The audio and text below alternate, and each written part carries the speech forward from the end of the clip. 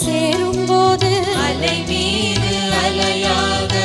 துயர் வந்து சேரும் போது, அலை மீது அலையாக துயர் வந்து சேரும் போது, அலை மீது அலையாக துயர் வந்து சேரும் போது, அஞ்சாதே எனும் குரலை செவிக்கே